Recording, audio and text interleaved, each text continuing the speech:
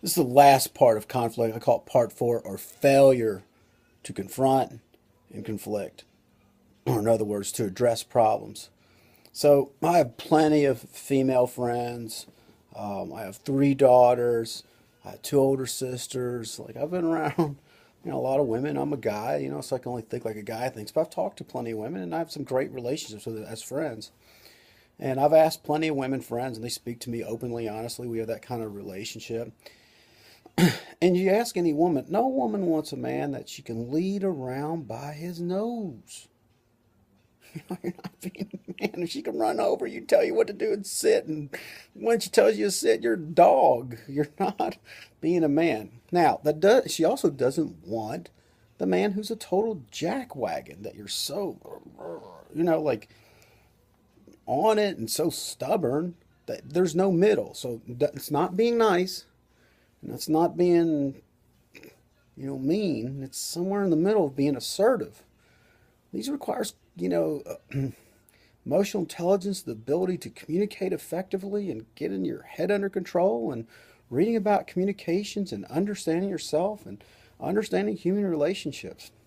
So what happens is, the facts are this, less than 20% of all relationships are healthy and enjoyable.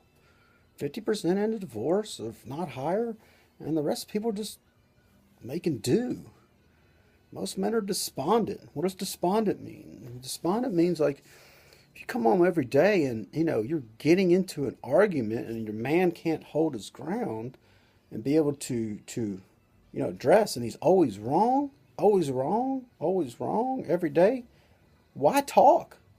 Men, that's how men think. It's not right or wrong. We have to understand this is the way a male's brain works. If you need to understand that, you get the book Love and Respect. Men are commanded to love their wives. Men aren't very good at, they can say it from their head, but from their heart, it's a lot different. And women are commanded to respect their husbands, just show them some respect. In a man's world, we think respect.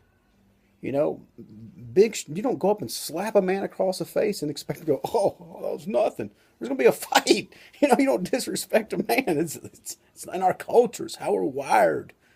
You know, and it's nothing wrong. You can, if you don't believe me, you can read it in the book Love and Respect. You'll understand this. And women naturally are just loving. Like love you, honey, love you, hugs and kisses, X and O. This is just how they're wired. So, and what's despondent? So if your husband's checked out, he stopped initiating and he stopped. Men are designed to initiate.